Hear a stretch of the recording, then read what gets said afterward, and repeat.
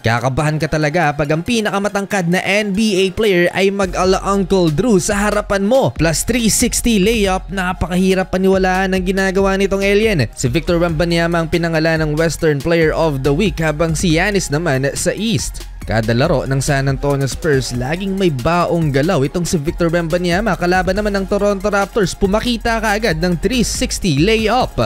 Wembanyama catching, ripping through, and a 360. Ayon kay Stephen A. Smith sa nilalaro ngayon ni Victor Wembanyama, posibleng makuha niya ang MVP award at Defensive Player of the Year ng magkasabay. May punto nga naman talaga si Stephen A. Smith. Ang 3-0 start ng San Antonio Spurs ay ang best start nila since 2019. Point guard mode si Wemby behind the back dribble at pasa kay Devin Vassell for a dunk. Umabot ng 17 points ang biggest lead ng San Antonio Spurs sa opening frame. Dylan Harper nakapagbigay kaagad ng impact off the bench. Nakapagtala to ng 20 points kontra sa Brooklyn Nets at Filipino Heritage Night din yon. Impressive ang pag-decelerate ni Dylan Harper mga idol, going downhill. At napaka-smooth din ng finish niya sa first quarter, leading off the bench si Dylan with 7 points, 3 out of 4 sa field. High scoring game for Spurs, 41-29, 12-point lead. Second quarter shot clock winding down, Dylan Harper to beat the shot clock. Na ipasok pa niya yon at sa transition defense ng Spurs, Carter Bryant chase down block naman. Dito rin naitala ni Carter Bryant ang kanyang first NBA career field goal. Malapit na magtala ng double-double si Victor Wembanyama at pinapakitaan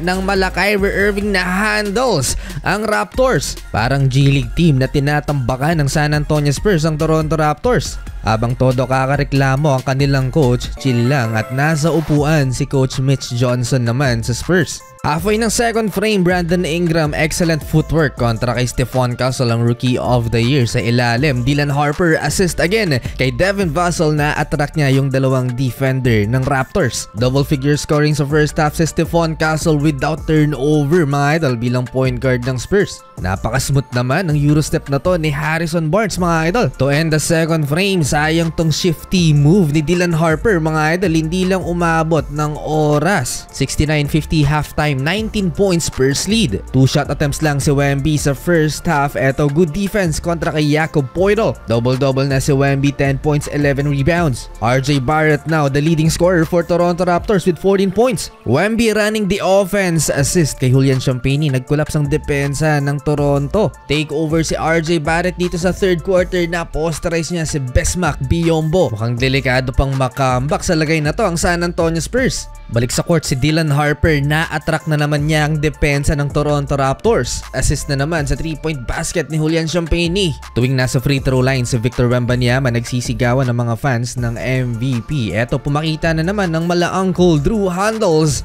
ang alien. 2 more free throws, nakakasyam na si Victor Wembanyama. High screen roll action, Dylan Harper to Victor Wembanyama, mid-range.